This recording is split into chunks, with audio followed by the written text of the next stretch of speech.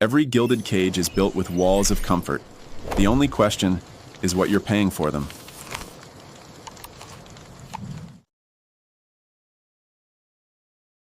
All right, welcome. What we're going to do today is piece together a very different story of our world. This is a secret history, drawn directly from a whole range of source materials. Now, we're not here to confirm or deny anything, but just to lay out the narrative that emerges when you connect all these dots. So let's see what story they tell. So, everything we're about to dive into really comes down to this one single question. It's an invitation, really. An invitation to just set aside the official record for a minute and consider an alternate timeline. One that the sources we're looking at claim has been deliberately hidden from all of us. Okay, so the first step in this secret history, it doesn't start with some big, grand theory. No, it starts with a series of really pointed questions about events we all think we know. The sources argue that the official stories aren't just flawed, they're intentionally misleading. You know the headlines, we all do. A single disgruntled Marxist named Lee Harvey Oswald shot President Kennedy from a book depository. And on September 11, 2001, 19 hijackers used commercial planes as weapons, leading to the collapse of the Twin Towers. I mean, these are foundational stories of our modern world. But the sources we're examining, they paint a completely different picture. For JFK, they point to doctors at Parkland Hospital reporting a frontal entry wound, a bullet from the front. They cite witnesses describing a fusillade of shots. And Lee Harvey Oswald? He's recast not as some lone wolf, but as an FBI informant, number S179, who is being set up as a patsy. And for 9/11, the sources highlight testimony from firefighters on the ground who swore they heard explosions, like bombs going off, deep inside the towers. And look, these contradictions are a huge deal in the source material, but the story really zeroes in on one thing. This one anomaly from that day that many people have never even heard about. So this brings us to the trail of anomalies. You see, this other version of history, it's built like a detective's case, right? Piece by piece, following a trail of unexplained details and unanswered questions that seem to fly in the face of the official record. Okay, let's look at World Trade Center Building 7. This was a 47-story skyscraper that also came down on 9/11.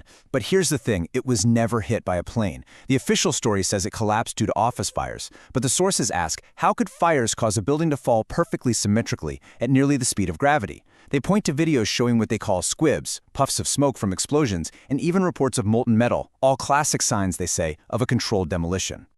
And you know, the anomalies that get pointed out aren't just about buildings or physics.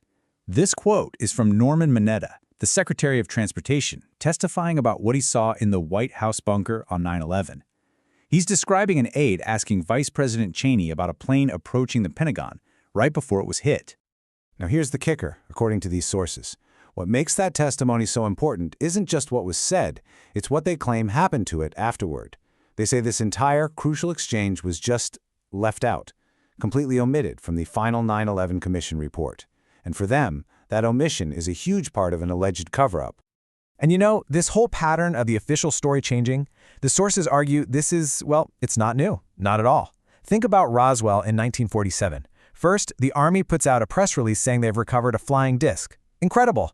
But then, just hours later, they hold a press conference and say, oops, never mind, it was just a weather balloon. For these narratives, that kind of rapid backpedaling is a classic telltale sign that a cover story is being put in place. So, okay, questioning what happened is one thing. But these sources, they go way deeper. They stop asking what happened and start asking who's responsible.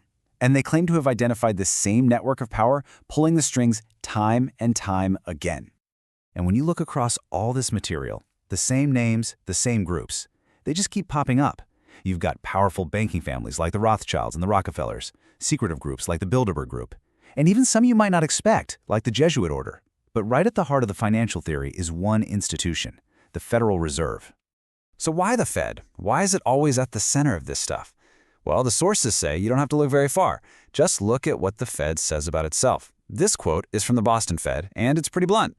When the Fed writes a check, it isn't drawing on an account. It is literally creating money out of thin air. And that power, the power to create a nation's currency based on debt, is presented as the ultimate tool of control.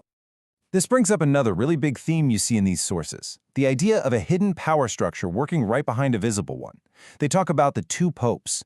You've got the white pope, the one everyone knows, but then there's the alleged black pope, the superior general of the Jesuits.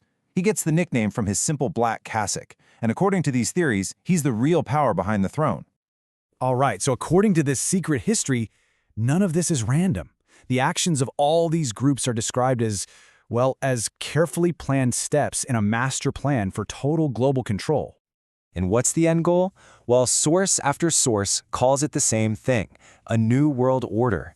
And we're not just talking about a political alliance here. It's described as a single global government that would control the world's economy, its military, and every single person in it.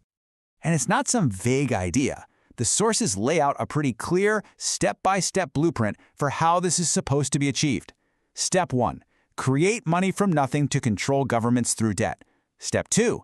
Fund both sides of wars to generate massive profits, then use the chaos to create international bodies. Step 3. Use those institutions to trap entire nations in debt. And then, the final step, the end game, total surveillance through a whole new kind of money. And that brings us right to the present day, with something called central bank digital currencies, or CBDCs. This quote gets right to the heart of the fear expressed in the source material. Unlike cash, a digital currency could give a central bank absolute control and the tech to enforce any rule it wants, the power to program your money, to approve or deny any transaction. Okay, so when you put all these pieces together, what kind of world does it show you? It's a fundamental shift in how you see history itself. What this all really builds to is a complete change in perspective. The worldview you get from these sources, it basically replaces chaos and coincidences with order and intent. Big events, from assassinations to wars to financial crises, they're no longer seen as accidents. They're seen as deliberate, calculated steps in a very, very long plan. And this quote, which you see cited all over the place in this material, it really brings the whole idea home. It argues that owning stuff, land, gold, whatever, is secondary. The real ultimate power is the power to create money.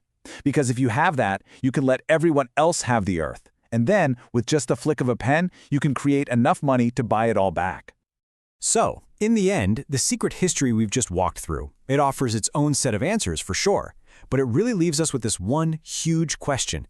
It reframes our entire world as some kind of grand theatrical production, and it forces you to ask, if the world is a stage, who are the playwrights?